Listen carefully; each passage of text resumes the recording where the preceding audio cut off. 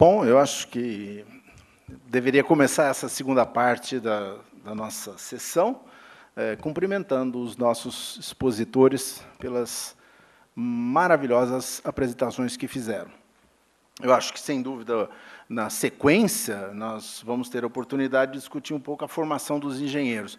Mas eu acho que ficou dado aqui um exemplo, né, para quem pensa um pouco na formação, né, das pessoas, de que nós precisamos não apenas formar engenheiros, mas nós precisamos formar engenheiros projetistas, gerenciadores, executores, né, fazedores, planejadores, mas nós precisamos de formar engenheiros pensadores. Eu acho que essa categoria, né, de profissionais que ajudam muito a provocar reflexões a respeito dos temas que a gente discute, às vezes no dia a dia, ou às vezes nem tanto assim, acabam fazendo com que a gente identifique uma carência, né, desse tipo de profissional. Acho que o Frederico Bussinger, ele reúne mais ou menos, eu o conheço desde menino pequeno, né, um somatório de competências, mas ele, quando resolve pensar sobre um tema, ele costuma provocar reflexões a respeito. Nós já temos aqui algumas perguntas, duas eu já passei diretamente para o Marcelo, que, como chegaram primeiro, eu já gostaria que ele já respondesse. Depois temos uma pergunta para o Fred também, que já me chegou, e quantas mais vierem, mais nós vamos poder debater essa questão. Eu acho que nós temos mais do que uns 10 minutos aí. Nós começamos com meia hora de atraso. Se levarmos a sessão até às 16, nós cumprimos com o prazo exato que foi dado para a discussão desse tema. Ok, Marcelo, por favor. Obrigado. O Severino Soares, está aí? Está ali, ó. Está lá.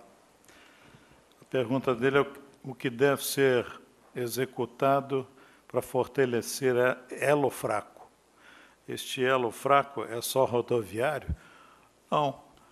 Elo fraco é porto sem papel, que a CEP está tentando implementar lá. É um regime de funcionamento 24 horas por dia no porto. É um centro de integração logística, que, como o Frederico colocou aqui, o caminhão vai estar numa ponta ou na outra e, às vezes, no circuito total.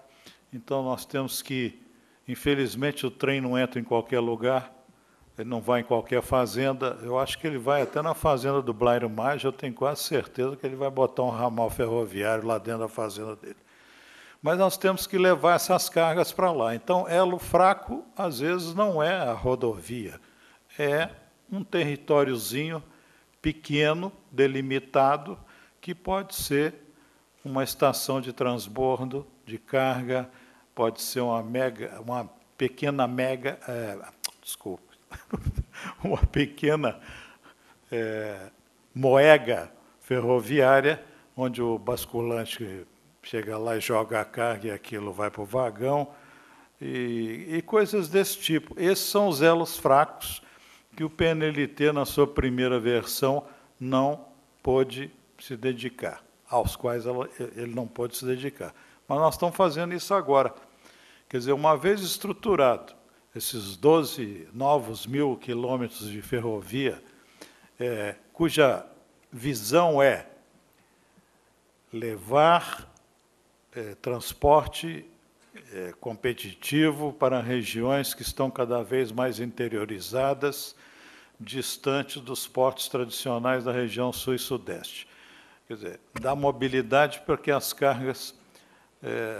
tem um gráfico aí que o pessoal da soja coloca, dizendo o seguinte: eles passam uma linha ali, na altura mais ou menos do paralelo 13, do mapa brasileiro, e diz o seguinte: a produção acima desse paralelo está muito maior do que a produção abaixo desse paralelo. No entanto, o transporte abaixo desse paralelo está muito maior do que o transporte acima do paralelo. Então, tem que dar um jeito nisso. Se essa malha ferroviária foi rearticulada ou repensada para dar conta disso, agora nós temos que levar a carga para ela. Levar a carga para ela é mais ou menos o que a Norte Sul está fazendo, selecionando áreas onde vão fazer os pátios de cruzamento dos trens, porque, como vocês sabem, nós estamos implantando essas linhas, ainda são singelas. É um modelo parecido com o Vale, vai alongando os pátios até que um dia a linha fica duplicada. No momento, a gente ainda está nessa parte. Então, esses pontos são pontos onde o carregamento pode ser feito, né, para formar os trens nesses locais. Esses, na minha opinião, são os elos fracos, aqueles que vão depender muito de ações que, às vezes, estão dentro do território municipal, às vezes são questões do Estado, às vezes são questões de jurisdição federal. A propósito, tem uma outra pergunta aqui, que é do Alexandre Santos, que é presidente do Clube de Engenharia de Pernambuco, e ele diz assim: bom, do ponto de vista ferroviário, tendo variedade de bitolas existentes, o Brasil é um grande arquipélago. Ele era mesmo por causa da organização da economia, lá do tempo das capitanias hereditárias. Que tipo de preocupação essa situação afeta o planejamento logístico de longo prazo? O planejamento logístico de longo prazo, ele tomou como meta que a expansão da malha ia ser feita toda em bitola larga, até porque o sistema antigo FEPASA já era, hoje Ferroban.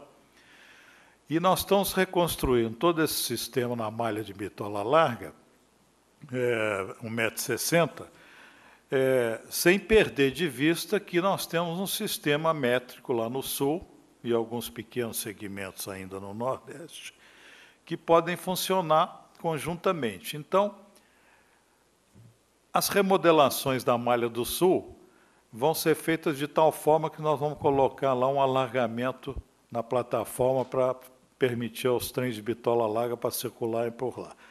Nós não podemos abandonar esse sistema métrico no sul, porque nós temos alguns compromissos de integração continental aqui. Alguns deles são em termos de integração ferroviária, como é o caso do corredor bioceânico aí, que vai ligar Santos, Paranaguá até Antofagasta, lá no Chile. Isso está para acontecer. Também ninguém vem me perguntar se isso tem viabilidade econômica, não, porque eu, como estou meio cinquentenário nessa área, eu sei que não tem. Então, a análise que nós fizemos não foi com essa visão. Eu acho que, para o caso brasileiro, isso vai nos ajudar muito pouco em termos de competitividade, de movimentação, mas é uma visão estratégica continental de integração, e os beneficiários dessa integração vão ser muito mais o desenvolvimento regional dos nossos países vizinhos, que também nos favorece, do que impactar fortemente na nossa competitividade. Eu realmente não estou imaginando o caso da gente pegar todas as cargas nossas e exportar por Antofagasta para chegar mais perto da Ásia. Até porque hoje, com a expansão lá de Panamá, essas saídas que nós estamos ensaiando aí para a Vila do Conde, Itaqui, Pecém, no Ceará, são saídas para o norte, vão poder se beneficiar no tráfego para a Ásia, passando pela nova estrutura do Canal do Panamá, com ganhos de competitividade. Então, a gente vai procurar manter essas malhas integradas, e algumas delas, cuja visão nem é de transporte denso de carga, porque vocês sabem que nós vamos, dos 25 mil quilômetros de ferrovia hoje, que é a malha existente brasileira, nós estamos aproveitando uns 10 mil. Os outros 15 estão precariamente movimentando uma ou outra coisinha, e alguns deles até vão virar plataforma de trens regionais de passageiros. Mas é isso, basicamente. Eu acho que esse grande arquipélago ele deixa de existir na medida que a gente está reconstruindo uma malha que tem condições de trabalhar integradamente. O setor produtivo, daqui a uns 10, 15 anos, ele vai poder escolher onde que ele quer produzir, por que porto que ele quer exportar. Isso chama-se alternativas de competição. E se um estrangular, eu posso sair pelo outro, e aí as coisas começam a ficar um pouco melhores, longe de atingirmos uma perfeição. Eu sempre digo aqui, o Frederico sabe disso, que a gente planeja não é para acertar tudo, não, é para errar menos, viu? E às vezes eu digo para os estados aí o seguinte: eu quero pôr meu projeto no PNLT. Eu falei, eu acho que você tem razão. Se isso não tiver no PNLT, está muito ruim para você. Agora, se tiver no PNLT, não está muito bom para você, não. Porque o cobertor lá é muito curto e o PNLT é um frio muito grande. Então, você vai lá mobilizar suas forças políticas, econômicas e sociais para ver se o seu projeto vira projeto. Né? Porque, por enquanto, ele é plano. E aqui não é Singapura, né? Lá plano é projeto, aqui ainda não é. Mas, então... Obrigado, Marcelo. Obrigado. Obrigado. Fred, na sequência. Eu tenho uma pergunta aqui do presidente, o Aloysio. Não seria, um código ambiental não seria um instrumento eficiente para a descriminalização das licenças ambientais? Eu diria, é uma condição necessária, mas não suficiente. E até eu diria que há um caminho mais simples. Na lei de crime ambiental, já tem um artigo que já tem 2 projetos de lei em tramitação. Eu não acho que nenhum dos 2 é perfeito, mas já seria um grande avanço, porque me parece inconcebível de que, num processo público que passa por diversas instâncias coletivas, algumas delas, como aqui em São Paulo, Consema e o IBAMA, que tem a presença do Ministério Público, presença de uma coisa plural, se imagine que alguém esteja cometendo crime ambiental.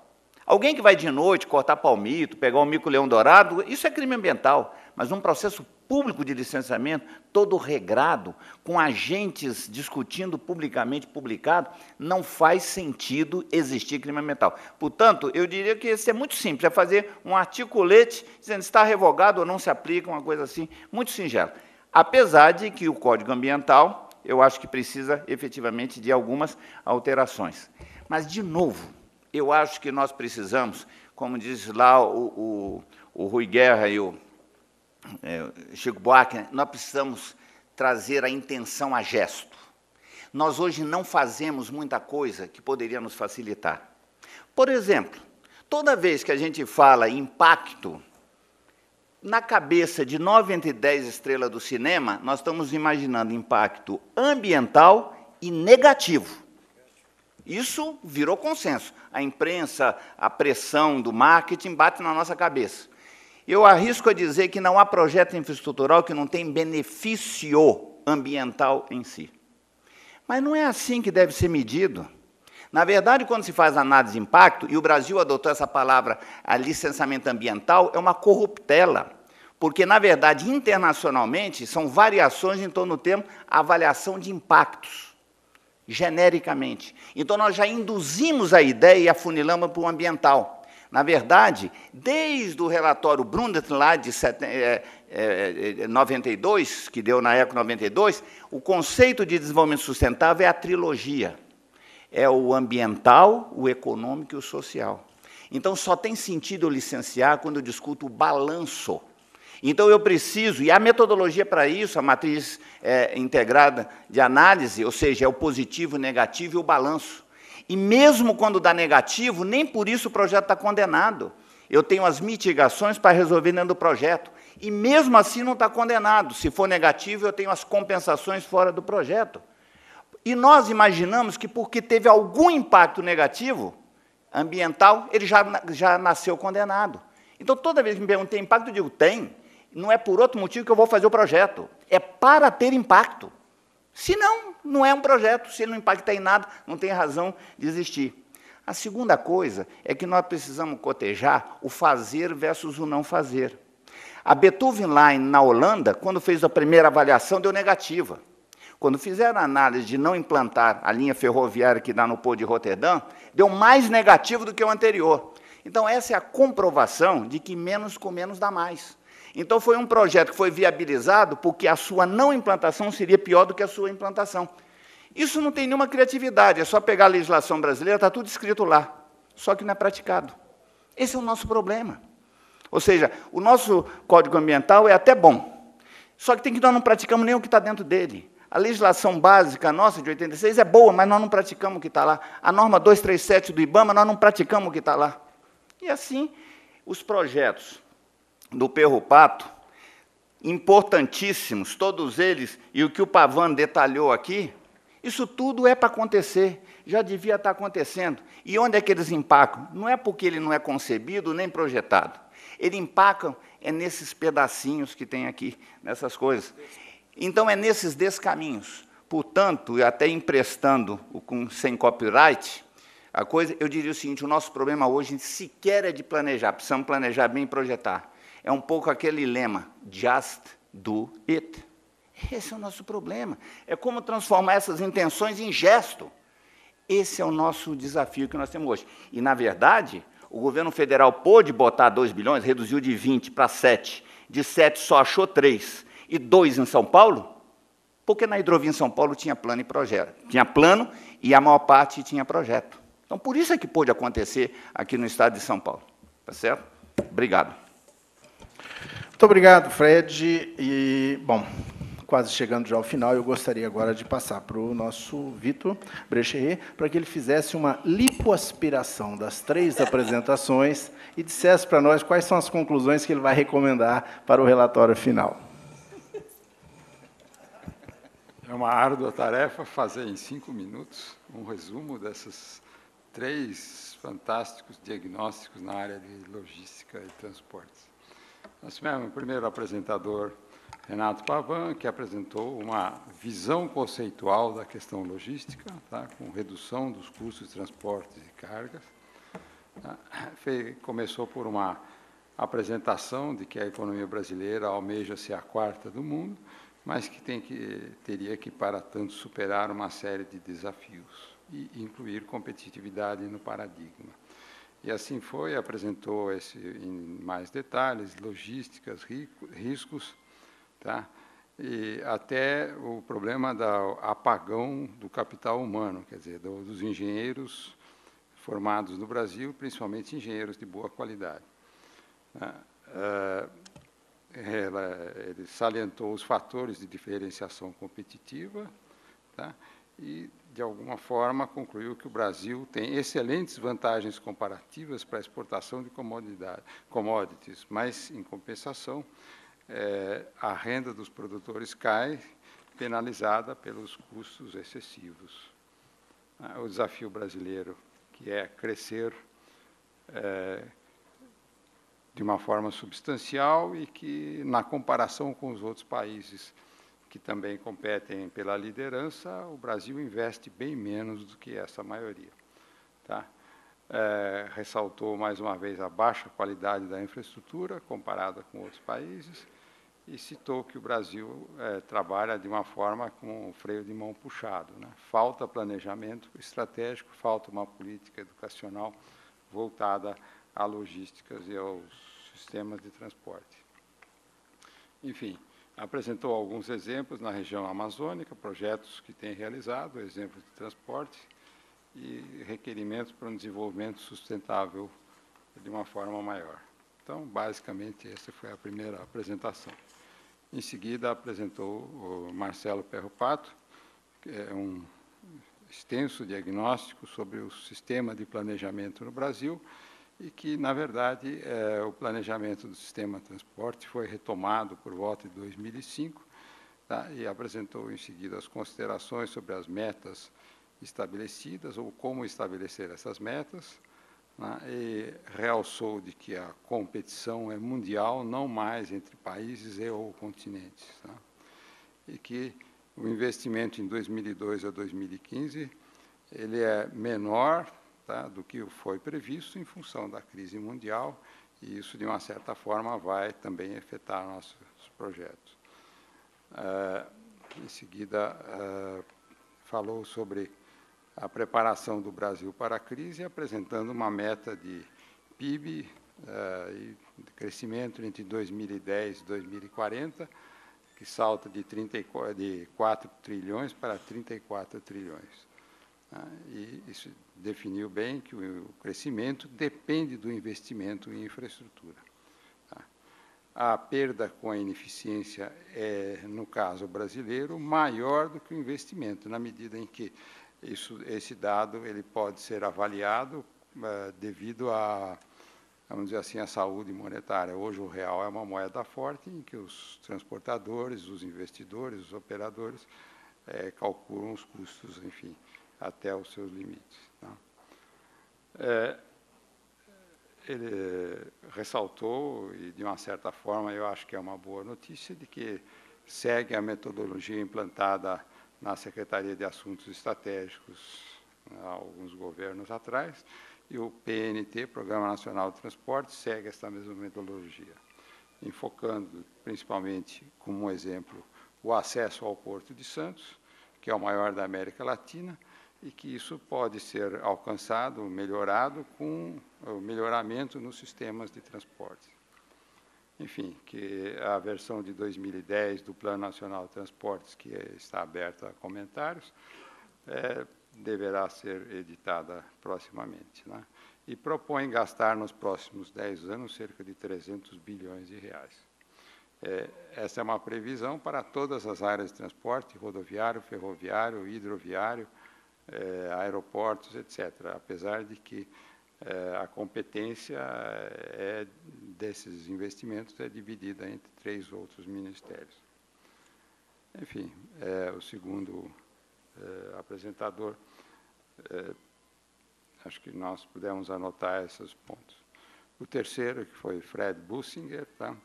E dentro deste painel de redução de custos logísticos, ele focou São Paulo, até com um exemplo em detalhes, tá? Começando com uma comparação entre 4 grandes países que têm grandes territórios, grande população, grandes economias, e nos quais, pelo fato dessa grandeza, tá, a logística tem um papel fundamental. Pena que, segundo as palavras do palestrante, pena que o país não vai tão bem nessas áreas. A performance logística ela é sofrível e tem caído. As metrópoles, enfim, o crescimento metropolitano podem ser entraves na fluidez, na mobilização, né, e na capacidade de transporte. E essa concentração, em cima da concentração, de uma certa forma, ela é um fator de realmente paralisia e modificação aí das perspectivas de trabalho. Enfim, São Paulo está vivendo um certo aspecto de desconcentração da atividade econômica, mas, em compensação, ainda tem uma perspectiva de crescimento dos fatores negativos, né, tipo emissão de CO2, enfim, fatores ambientais que, de alguma forma, recomendam fortemente que se pense em profundidade na avaliação da matriz energética de São Paulo. Qual é a recomendação? Matriz energética do Brasil é mais limpa do que a maioria dos países, mas, em compensação, a matriz de transportes é a mais suja, ou é mais suja, de algum modo geral. E São Paulo, isso vale para o Brasil e vale particularmente para São Paulo, onde temos problemas rodoviários significativos e singulares, como, por exemplo, 46% dos caminhões trafegam vazios, gastando combustível e gerando poluição. E assim seguiu com uma série de exemplos, né? E finalmente mencionou a União Europeia, né, como o plano europeu negociado, um plano de redução de emissões, um plano de melhoria dos transportes e um plano de modificação dos sistemas modais.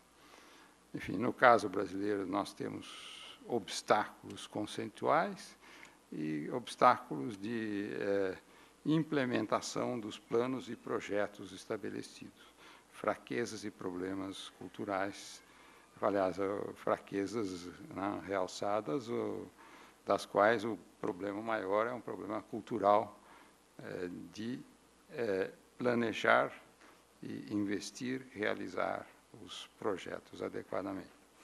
Acredito ter feito um relato.